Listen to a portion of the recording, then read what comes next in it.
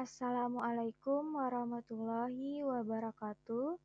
Salam sejahtera untuk kita semua. Perkenalkan, nama saya Adita Yumanda, Latsar Kabupaten Tapin, golongan 3, angkatan 2, kelompok 2 dengan NDH 14, jabatan sebagai analis keuangan pusat dan daerah ahli pertama di BKAD Kabupaten Tapin. Pada kesempatan kali ini, saya ingin memaparkan tentang analisis isu efektivitas kinerja individu berdasarkan tupoksi. Tugas jabatan fungsional analis keuangan pusat dan daerah ahli pertama yang mengacu pada Peraturan Menteri Keuangan Republik Indonesia Nomor 37 PMK 07 2019, yakni bertugas untuk melakukan identifikasi, inventarisasi, pemuktahiran, dan analisis data serta melakukan analisis dan penyajian informasi, menyusun makalah, dan melakukan pemantauan dan evaluasi.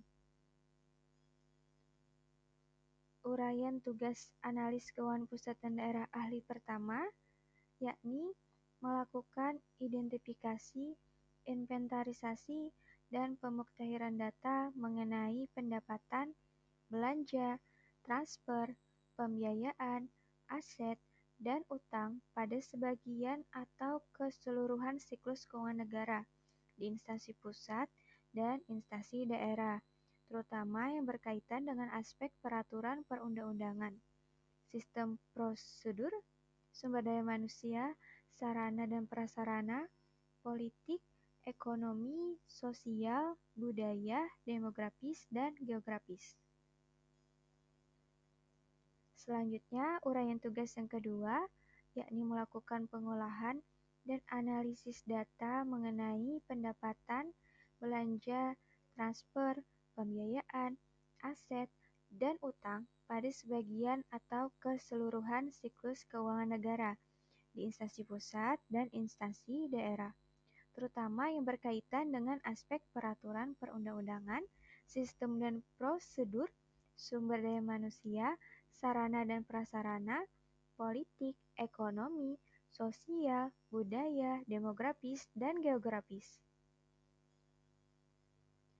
Uraian tugas yang ketiga, yakni melakukan analisis dan penyajian informasi keuangan dan non-keuangan mengenai pendapatan, belanja, pembiayaan, aset, dan utang pada sebagian atau keseluruhan siklus keuangan negara di instansi pusat dan instansi daerah, terutama yang dikaitkan dengan aspek peraturan perundang-undangan, sistem dan prosedur, sumber daya manusia, sarana dan prasarana, politik, ekonomi, sosial, budaya, demografis, dan geografis.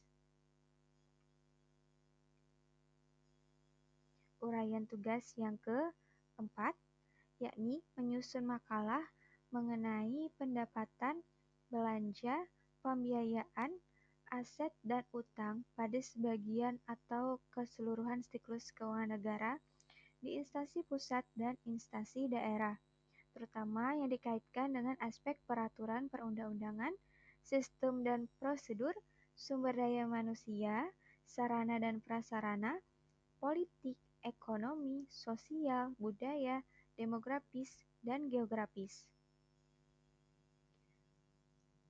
Uraian tugas yang terakhir, yakni yang kelima, melakukan pemantauan dan evaluasi mengenai pendapatan, belanja, pembiayaan, aset, dan utang pada sebagian atau keseluruhan siklus keuangan negara di instansi pusat dan instansi daerah, terutama yang dikaitkan dengan aspek peraturan perundang-undangan, sistem dan prosedur, sosial, sumber daya manusia, sarana dan prasarana, politik, ekonomi, sosial, budaya, demografis, dan geografis.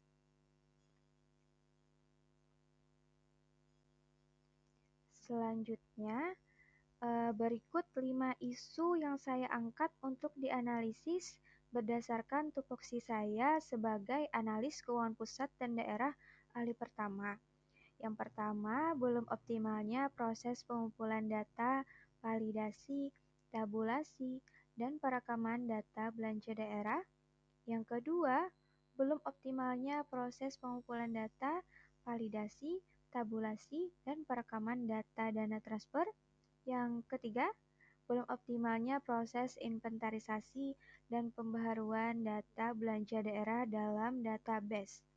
Dan yang keempat, itu belum optimalnya proses inventarisasi dan pembaharuan data dana transfer dalam database. Serta yang terakhir, yakni yang kelima, yakni belum adanya penyusunan makalah mengenai belanja di instansi daerah.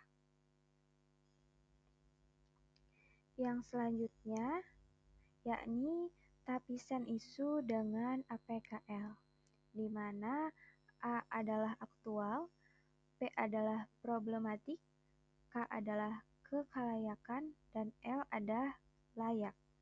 Nah, di sini ada 5 isu yang saya angkat. Isu pertama, belum optimalnya proses pengumpulan data, validasi, tabulasi, dan perekaman data belanja daerah. Untuk aktualnya, yakni apakah benar-benar terjadi dan sedang hangat dibicarakan di masyarakat, itu saya beri skor 5. Dan untuk P problematik, yang dimana isu ini memiliki dimensi masalah yang kompleks, sehingga perlu dicari solusinya sesegera mungkin. Untuk isu pertama, saya mengasih skor 4.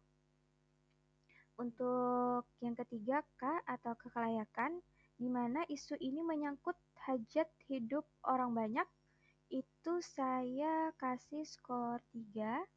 Untuk L atau layak, yakni apakah isunya ini masuk akal, realistis, relevan untuk dimunculkan inisiatif pemecahan masalahnya. Itu untuk isu pertama saya kasih skor 5, sehingga mendapatkan total 17, di mana menempati ranking kedua. Untuk isu yang kedua, yakni belum optimalnya proses pengumpulan data, validasi, tabulasi, dan perekaman data dana transfer, menempati ranking keempat.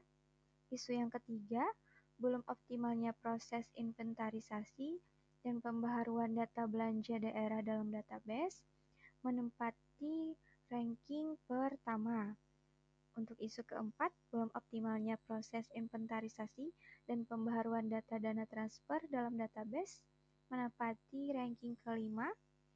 Dan yang terakhir, belum adanya penyusunan makalah mengenai belanja di instansi daerah, ini menempati ranking ketiga.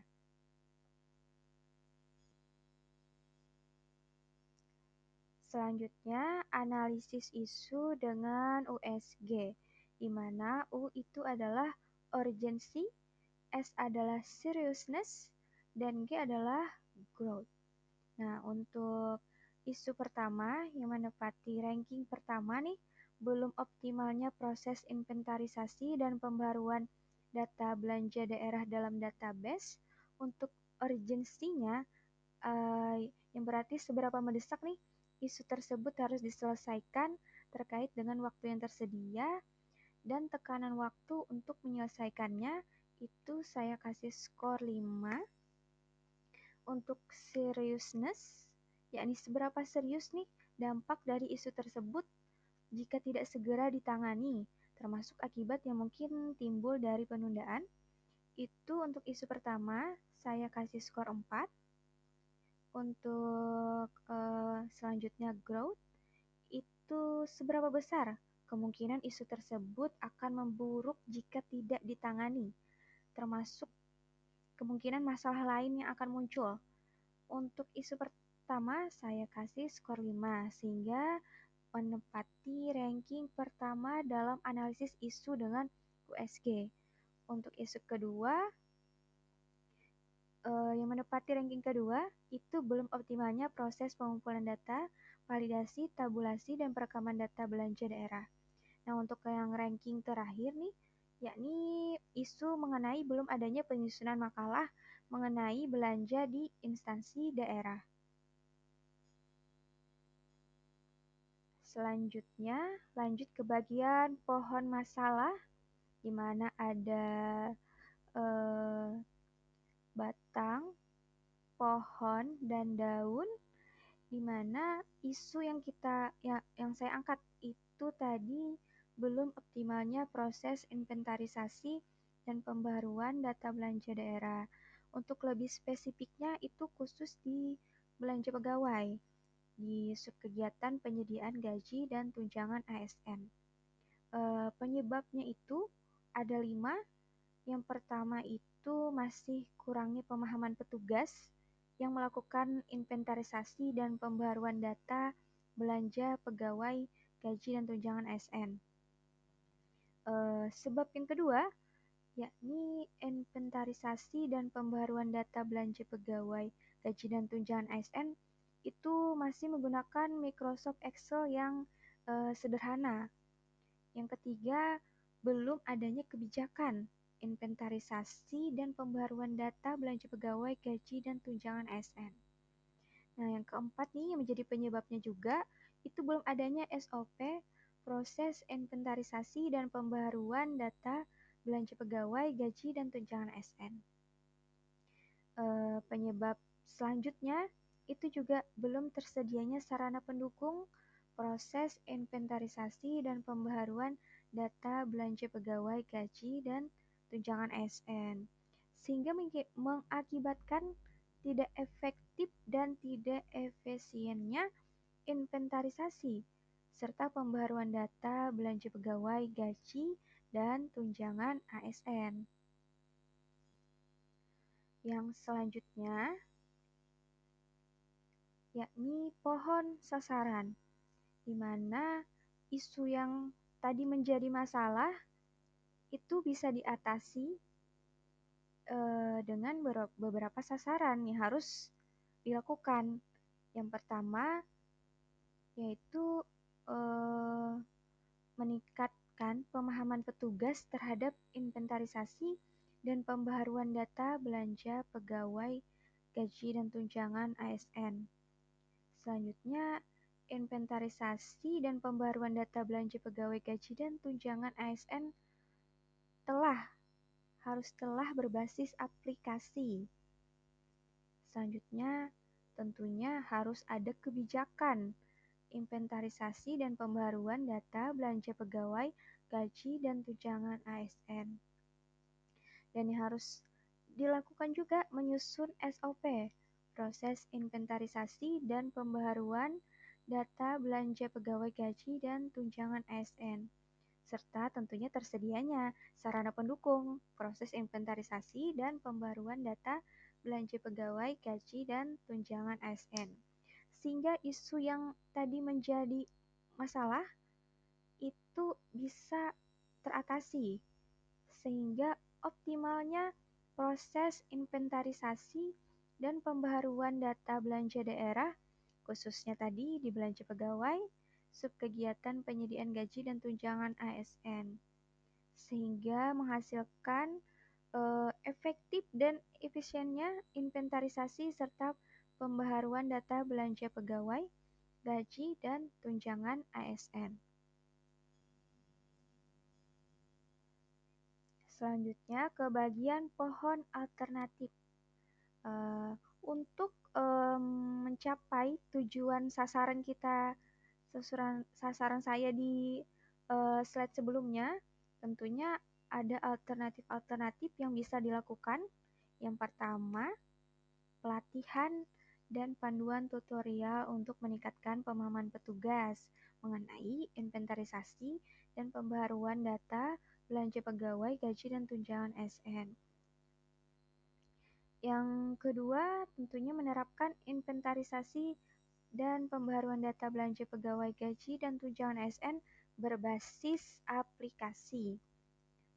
Dan yang ketiga, usulan kebijakan inventarisasi dan pembaharuan data belanja pegawai gaji dan tunjangan ASN. Yang keempat, adanya SOP terbaru terkait proses inventarisasi dan pembaruan data belanja pegawai gaji dan tunjangan ASN. Dan alternatif yang kelima yakni merancang kebutuhan sarana pendukung proses inventarisasi dan pembaharuan data belanja pegawai gaji dan tunjangan ASN. Sehingga isu yang sebelumnya tadi menjadi masalah bisa teratasi dan mendapatkan hasil optimalnya proses inventarisasi dan pembaharuan data belanja daerah. Dan hasilnya juga efektif dan efisien untuk inventarisasi serta pembaruan data belanja pegawai, gaji, dan tunjangan ASN.